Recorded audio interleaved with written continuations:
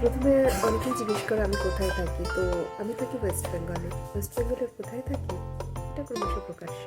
সব কিছু একবারে বলে দিলে কী হয় বলো, ইন্টারেস্ট কমে যায়। তো এটা হলো আমি ওয়েস্ট বেঙ্গলে থাকি, এটা হলো 1 নম্বর। তো বললামই তো আমি ওয়েস্ট বেঙ্গলে থাকি। ওয়েস্ট বেঙ্গলে কোথায় থাকি সেটা ক্রমশ প্রকাশ্য। আর আমার নাম সৌমি সাহা।